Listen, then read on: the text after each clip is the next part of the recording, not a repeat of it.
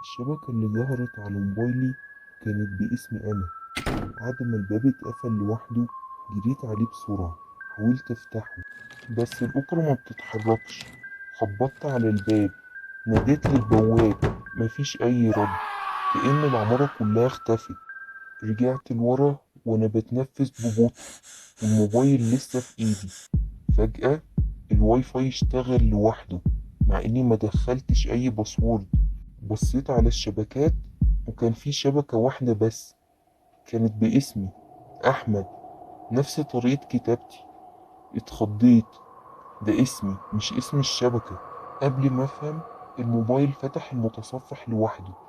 موقع غريب كده اتفتح، خلفية سودا وفي نص الصفحة مربع كتابة، وظهر سؤال واحد بس: جاهز تشوف باقي الشقة؟ وبدأت الصور تظهر واحدة واحدة، صورة الصالة، صورة المطبخ، صورة الحمام، كل الصور من زاوية عالية، كأن في كاميرات في كل مكان. لحد ما ظهرت آخر صورة.